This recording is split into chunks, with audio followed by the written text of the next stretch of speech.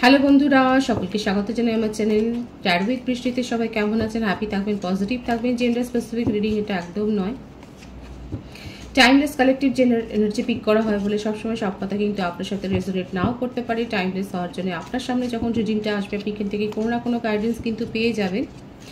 All জোটিক sign base reading, কয়েকটা রাশি significant থাকে বলে আমি সেগুলোকে মেনশন করে দিই। সর্বোপরি রিডিংয়ের এনার্জি যদি আপনার সাথে ম্যাচ হয়ে যায় তাহলে কিন্তু পুরো রিডিংটাই আপনার।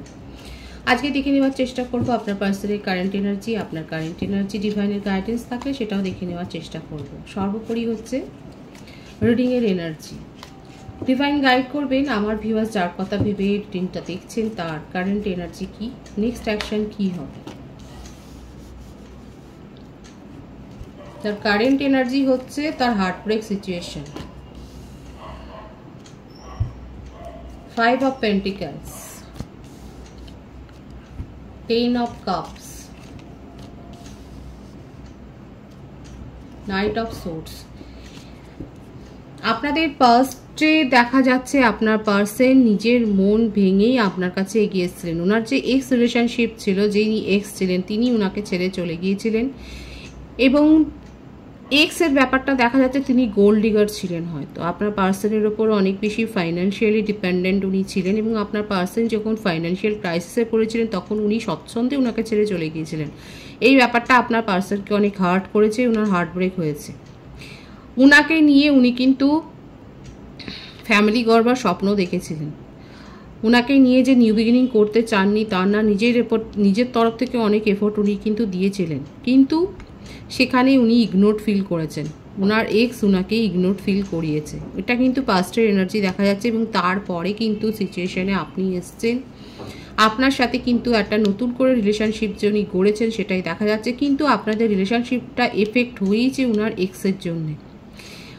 ওনার মনে দেখুন এক্সকে নিয়ে দুর্বলতা রয়েছে, আর সেই ব্যাপারটার জন্যই আপনার সাথে কিন্তু রিলেশনশিপটাতে শুরুর দিকে বলবো আপনি হয়তো তখন বোঝাবার মতো অত ব্যাপারে অত গভীরেও যাননি, কিন্তু দেখা যাচ্ছে উনি কিন্তু এইভাবে আপনাকে অন অফ সিচুয়েশনে কিন্তু রেখেছিলেন।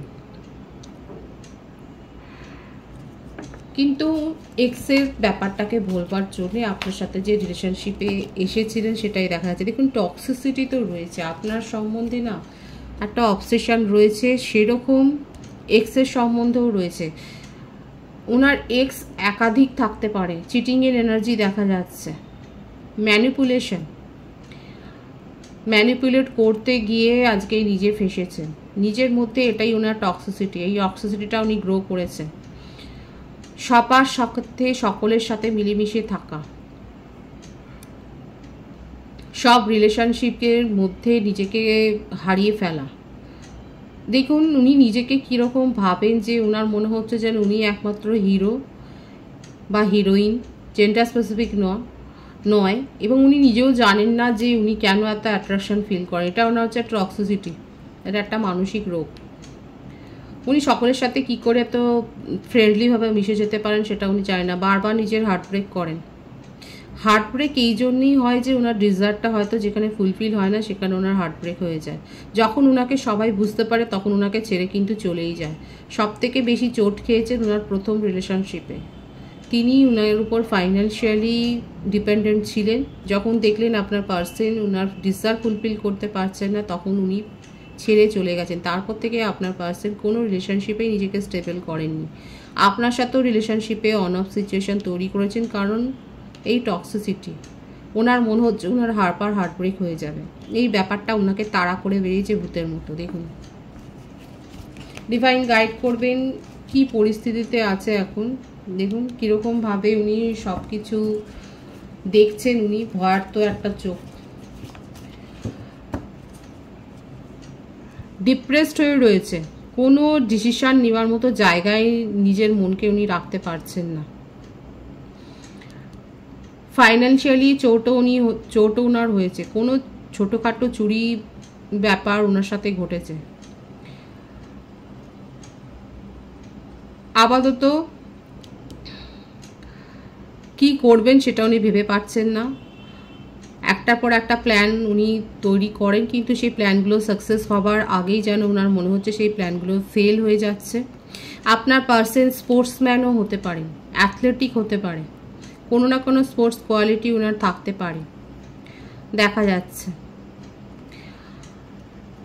আপাতত উনি আপনাকে নিয়ে চিন্তায় রয়েছে এবং এটাই ভাবছেন যে এই রকমভাবে চলতে থাকলে তো ওনার জীবনটা সেটেলড হবে না। এটা তো খুব সহজ কথা যে এইভাবে যদি উনি চলেন তাতে সেটেলড হবে না। দেখুন আমি বললাম আর কার্ডটা ক্ল্যারিফাই করে দিল, উনি থামতে চান, নিজেকে ইমোশনালি আর এইভাবে হার্ট করতে চান না, উনি একটা জায়গায় থিতু হতে চান। কিন্তু ওনার স্বভাব কি পরিবর্তন হয়? দেখুন টক্সিসিটি ওনার মধ্যে রয়েছে, যারা যারা ওনাকে বুঝে গেছেন তারা কিন্তু সবাই ছেড়ে চলে গেছে। এখন ওনার মনে হচ্ছে যে নিজের জীবনে ওনাকে থামতে হবে, থামতে শেখাটা দরকার ওনার জন্যে, না হলে কিন্তু নিজের জীবনটাকে উনি ছাড়খাড় করে ফেলবেন। ওনার জীবনে কোনো রিলেশনশিপ স্টেবল হবে না, কারোর চোখেই উনি ভরসা ছায়াটা দেখতে পাবেন না, কেউ ওনাকে ভরসা করবে না। এই ব্যাপারটা কিন্তু রিয়েলাইজ হচ্ছে ওনার মধ্যে। কিন্তু টক্সিসিটি অনেক বেশি আছে, নেগেটিভ এনার্জি আপনার পার্সনের মধ্যে এতটা বেশি আছে যে পজিটিভ চিন্তাগুলো না বেরিয়ে যায়, সেগুলো চলে যায়। কিন্তু আপনার সাথে রিলেশনশিপটাতে সাকসেস চান। এখন ওনার জীবনে উনি একটা রিলেশনশিপে সাকসেস চান, সেটাই দেখা যাচ্ছে। এটাই হচ্ছে ওনার deep down thought, current energy বলুন। এবং দেখুন ওনার মনের মধ্যে যে প্যাশন আছে সেই প্যাশনগুলোকে উনি না এখন বলতে চাইছেন। এতদিন ধরে উনি এইভাবে ফ্লার্টি সিচুয়েশানে নিজেকে রেখেছেন, কিন্তু কোথাও মন খুলে কথা বলেননি। এখন উনি নিজের মনের কথাগুলো না বলতে চাইছেন। ওনার মধ্যে অবসেশন অনেক আছে, কিন্তু তার মাঝে মাঝে ডাউট ক্রিয়েটও করে ফেলেন কাউকে সেইভাবে, কারণ নিজেই তো অবিশ্বাসের কাজ করেন না, কাকে বিশ্বাস করবেন? সবাইকেই উনি সন্দেহের তালিকায় রাখেন। ডাউট তো রয়েছে সকলকে নিয়ে।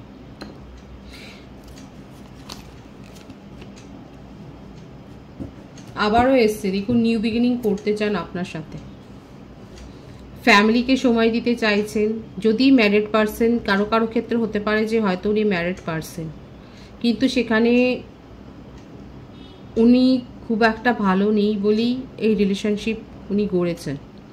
কারো কারো ক্ষেত্রে এক্সট্রা ম্যারিটাল অ্যাফেয়ার হতে পারে, সেক্ষেত্রেও বলবো যে আপনাদের মধ্যে কোনো একটা কথা নিয়ে হয়তো হার্টব্রেক সিচুয়েশান হয়েছে। আপনার পার্সন একটুখানি পেশেন্সলি সিচুয়েশানটাকে বুঝতে বলছেন, আপনাকে এটাই হয়তো বলছেন, এবং উনি সমস্ত সিচুয়েশান যে ঠিক করে দেবেন সেই কথাটা বলছেন। এবং দেখুন আপনাদের মধ্যে সেপারেশন থাকলেও দুটো কার্ডে এসছে নিউ বিগিনিংয়ের এনার্জি।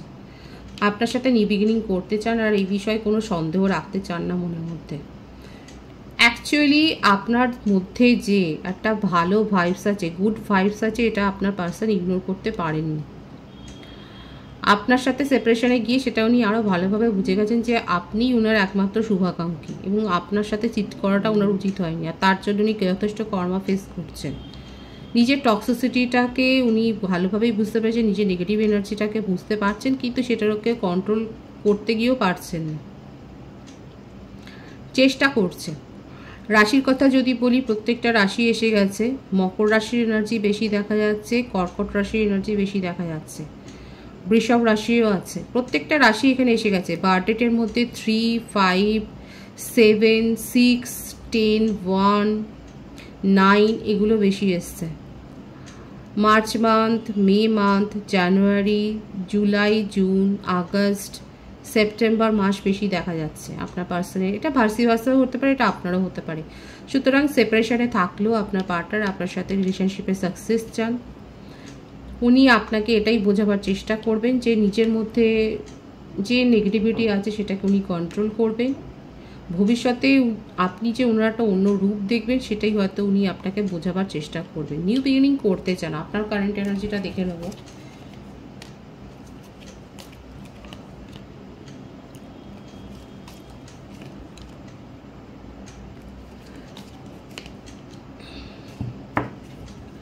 ওনাকে ছেড়ে আপনিও ভালো নেই, আপনিও চান রিলেশনশিপটা রিবিল্ড হোক, কিন্তু ক্ল্যারিটি চান। এবং যতক্ষণ না উনি ক্ল্যারিটি দেবেন ততক্ষণ আপনি ওনার থেকে ডিস্টেন্স মেনটেন করবেন, এটাই হচ্ছে আপনার মনের কথা। কিন্তু লো এনার্জিতে আছে, খুবই ডিপ্রেশনের মধ্যে দিয়ে যাচ্ছেন, মনটা একেবারেই ভালো নেই, মন মরা অবস্থায়। সব কিছু ঠিকঠাক হয়ে যাক, এটাই আপনি ঈশ্বরের কাছে প্রার্থনা করছেন। ক্ল্যারিটি চান নিজের জীবনে, যতক্ষণ না ক্ল্যারিটি দেবেন ততক্ষণ আপনি দূরত্বটা বজায় রাখবেন, সেটাই আপনার হচ্ছে মনের ইচ্ছে। আপনার কারেন্ট এনার্জি হচ্ছে এটাই যে ক্ল্যারিটি না পেলে আপনি এই ডিস্টেন্সটাকেই মেনটেন করবেন, যতই কষ্ট হোক আপনার।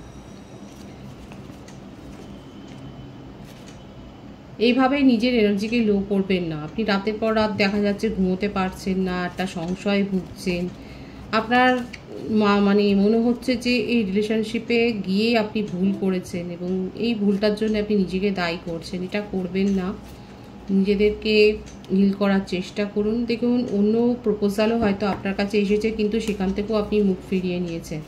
আর যদি বলি, এটা আপনাদের কিন্তু একটা সোলমেট কানেকশন।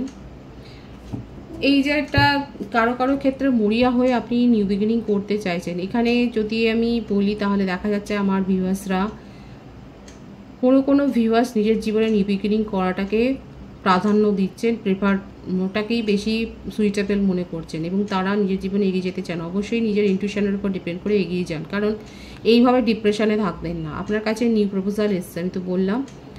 আবার কেউ কেউ হয়তো আপনার পার্টনার কি করে সেটার জন্য অপেক্ষা করছেন। অনেকের ক্ষেত্রে আপনারা নিউ বিগিনিং করছেন নিজের জীবনে, সেটাই দেখা যাচ্ছে। ডিভাইনের গাইডেন্সটা দেখে নেবো এখানে আমি।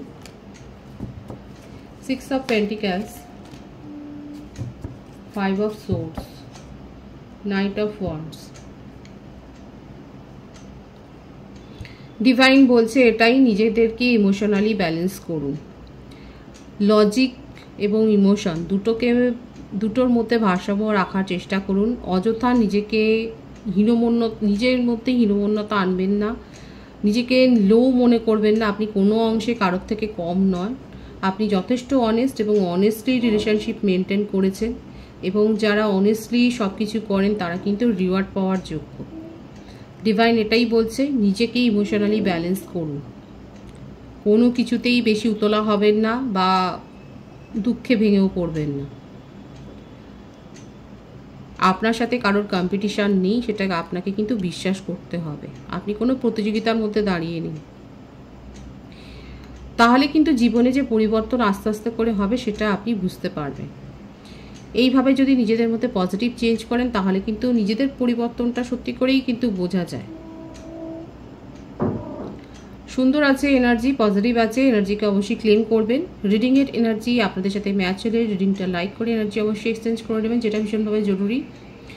সকলকে আমার চ্যানেলে অনেক অনেক স্বাগত এবং শুভেচ্ছা জানাই। আপনাদের ভালোবাসায় সহযোগিতা এই পরিবারকে বৃহত্তর করে তুলুন। রিডিংটা একটু শেয়ার করে দেবেন, চ্যানেল সাবস্ক্রাইব করে দেবেন, আর সবাই ভীষণ ভালো থাকবেন।